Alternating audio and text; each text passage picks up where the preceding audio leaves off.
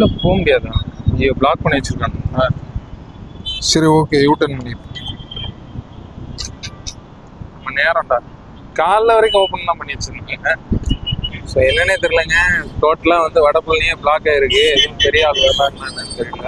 நம்ம பசங்க பார்த்தீங்கன்னா ஸ்டார் படத்துக்கு போகலான்னு கிளம்புனானுங்க. ஆனால் இன்னும் வந்து டிக்கெட் எடுக்கல, ஒன்றும் எடுக்கல.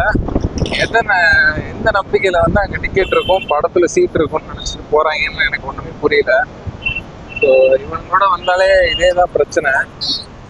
கேட்டால் வண்டி ரிப்பேரு, டயர் பஞ்சரு, டயர் கிழிஞ்சு போச்சுன்னா ஏதோ கதை விட்டுட்டு இருக்கானுங்க.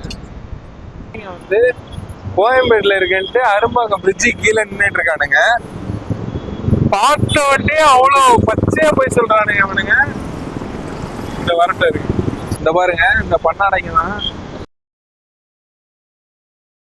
நாய்களை வந்து பார்த்துட்டேன் நானு.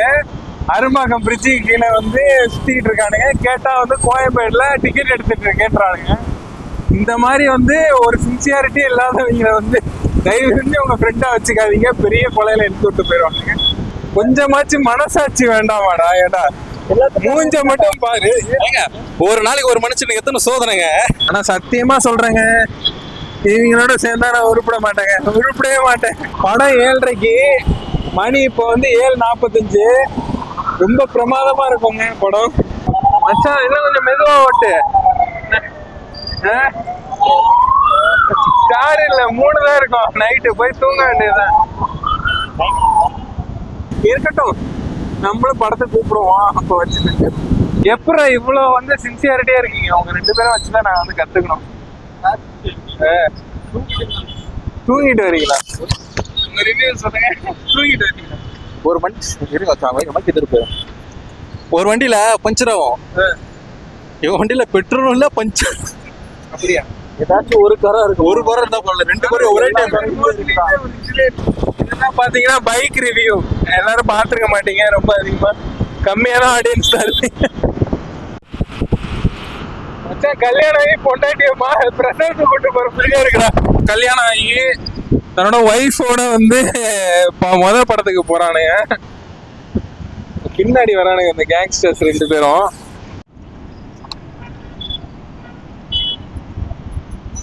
மணி பார்த்தா இப்ப 8.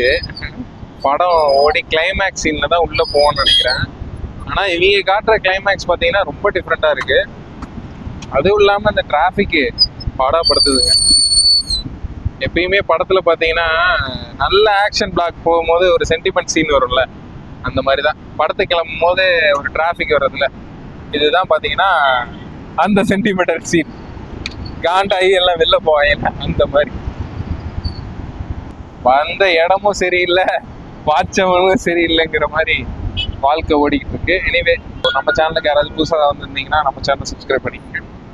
நம்ம கூட வந்த 2 டேஞ்சர் ஃப்ளோ எங்க?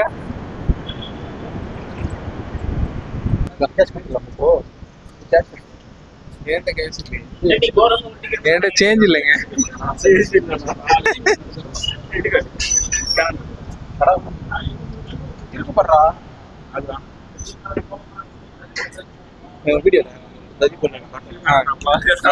நான் சொல்லியிருக்கேங்களா இந்தாங்க அந்த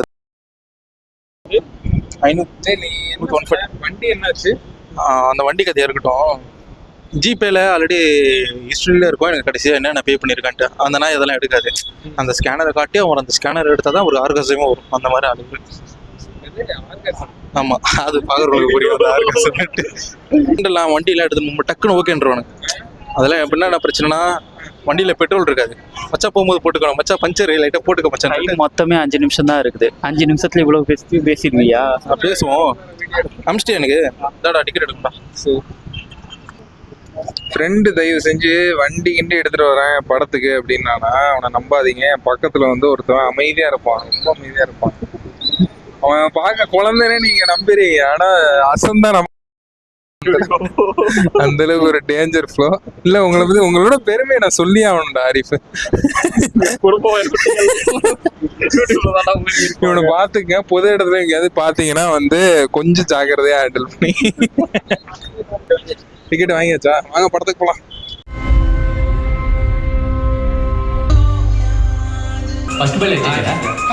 அதில் கைஸ் இப்போ வந்து பிடிவாதம். படம் பார்த்தீங்கன்னா இன்டர்வல் போட்டிருக்காங்க. Universe always fall with love shock ஆகி ஸ்டெப். அதாவது யூனிவர்ஸே அந்த பிடிவாதமான இதயத்துக்கு விழுந்துரும் அதானே. பிரபஞ்சம் ஒரு பார்த்தீங்கன்னா உங்ககிட்ட பேசுறது கண்டென்ட் ரெடி பண்ணிட்டு இருக்காங்க. இருக்குதுங்க அவரு இந்த டைரக்டர் வந்து ரிவீல் பண்ணிட்டு இருக்க பாருங்க. டைரக்டர் அவரோட காட்டல இவங்க மூஞ்ச காட்டக்கூடாது. ஜாப்பனீஸ் பிளேயர் போட்டு விட்டுருந்தேன். நான் ஸ்டார் மூவிக்கு வந்திருக்கோம். கரெக்டாக இது பார்த்தீங்கன்னா ரோஹிணி தேட்டரு. இந்த கலர் லைட்டை பார்க்கும்போது தெரியுது புதுசு செட்டப் பண்ணேன். சரி வேணாம் விடு, தேட்டருக்காரங்க கத்துவாங்க. அதாவது அந்த ஸ்டார் மூவி வந்ததுக்கப்புறம் தான் தோணுது, வாழ்க்கையில் பேஷன், அதாவது ஒரு நோக்கமே இல்லாமல் ஓடிக்கிட்டு இருக்கவங்களுக்கு இந்த படத்தை பார்க்கும்போது ஒருவேளை நம்ம எதுவுமே இது இருக்கு நம்ம பண்ணல போல, இவ்வளோ கஷ்டப்படுறாங்க. ஏன்னா இருக்கிறாங்க, நானும் பார்த்துருக்கேன். இந்த மாதிரி நம்மளுக்கு ஏன் கஷ்டப்படலைன்னா எனக்கு நோக்கமே இல்லை, அப்போ எது கஷ்டப்படுறது அப்படின்னு இருக்கும் இல்லை. கண்டிப்பா நிறைய பேர் இந்த படத்தை பார்த்துட்டு ரிவ்யூ கொடுக்கும்போது கூட அழுதுட்டே போனாங்க. நல்லா எத்தனை தடவை ஒரு கூடம் பக்கத்தில் சுற்றிருக்கேன், அங்கேயே படுத்திருக்கேன் அப்படின்னு சொல்லிட்டு நிறைய பேர் லைஃப் இழந்தவங்க இருக்காங்க. அந்த மாதிரி இருந்துச்சு. ஒரு இதை பார்க்கும்போது நம்ம எது இருக்கும், நம்ம எதுவுமே பண்ணலடா அப்படின்ற மாதிரி தான் எனக்கு தோணுச்சு. இதெல்லாம் ஒரு ஃப்ரெண்டு ஒருத்தர் இருக்காரு, நான் விட்டு கேட்போம். சொல்லுங்கள், இந்த படத்தை பார்க்கும்போது உங்களுக்கு என்ன தோணுது? வாழ்க்கையில் ஏதாவது முன்னேறின மாதிரி ஏதாவது ட்ரை பண்ணியிருக்கீங்களா, இல்லை ஏதாவது இல்ல அந்த மாதிரி எதுவுமே பண்ணது இல்ல நான். ஏன்னா எனக்கு அந்த மாதிரி ஆசையே இல்லை. ஏன் ஆசை இல்லை? யாராவது வண்டியில் என்னை பொறுத்த வரைக்கும் நான் ஜாலியா இருக்கணும், அவ்வளவுதான் என்னோட ஆசை. சரி, இந்த மாதிரி குறிக்கோள், இந்த மாதிரி ஒரு பெரிய ஆள் ஆகணும், அந்த மாதிரி தாட்டே எனக்கு இல்லை. எனக்கு வர்றது என்னது, எனக்கு இன்னைக்கு ஜாலியா இருக்கணும், அதே மாதிரி என்னைக்குமே ஜாலியா இருக்கணும். நான் அதுக்கேற்ற மாதிரி ஓடிக்கிட்டே இருப்பேன், அதுக்கேற்ற மாதிரி நடந்துக்கிட்டே சரி. இருப்பேன், அவ்வளவுதான். உங்ககிட்ட ஜாலியா இருக்க என்ன இருக்கு அதை சொல்லுங்க. ஒண்ணுமே இல்லை, ஒண்ணுமே இல்லை, ஆனால் ஜாலியா குறிக்கோள் இல்லை, எதுவுமே இல்லை, சொத்து இல்லை, எதுவும் இல்லை, அதான் ஜாலியா இருக்கு. நான் ஓடலாம், அதுக்குன்னு இதுதான் என் உலகம், இதுதான் என் உசுறு அப்படின்லாம் இருக்கக்கூடாது. அப்போ கெவின் இந்த கேரக்டரை பத்தி என்னன்னு சொல்றேன் அது சொல்ல. அது சூப்பர் தான். அவர் அந்த அந்த கேரக்டருக்காக அவன் உயிர் கொடுத்து ஓடி இருக்கணும், அது சூப்பர். ஆனா எல்லாத்துக்குமே அது செட் ஆகும் அப்படின்னு சொல்ல முடியாது. அந்த அவர் நடிச்ச அந்த கவின் சரி ஓகே சாரி ஐயோ அந்த கேரக்டருக்கு பத்தில அந்த மாதிரி இருக்காங்க, நிறைய பேர் இருக்காங்க, போய் வாழ்ந்துட்டு இருக்காங்க, ஓடிட்டு இருக்காங்க. ஓகேவா? அந்த மாதிரி ஒருத்தர் வாழ்றாங்களே, பேஷன் விட்டுட்டு ஓடிட்டு இருக்காங்கல்ல, அவங்க எல்லாத்தையும் சாக்ரிஃபைஸ். இப்ப எல்லாத்துக்குமே அந்த மாதிரி செட் ஆகாதுல்ல. இப்ப நான் இருக்கேன், எனக்கு அந்த மாதிரி செட் ஆகாது. செட் ஆகுதுல அந்த கேரக்டரை பத்தி. இந்த கேரக்டர் ஒண்ணு உனக்கு எதுவுமே செட் ஆகுது. பரவாயில்ல, உனக்கு சொல்றது அந்த கேரக்டர் பத்தி உனக்கு ரிவ்யூ என்ன, அந்த கேரக்டர் பார்த்து உனக்கு என்ன சொல்ல தோணுது? அந்த மாதிரி நிறைய பேர் இருக்காங்கல்ல, அவங்கள பார்த்து உனக்கு என்ன தோணுது சொல்ல.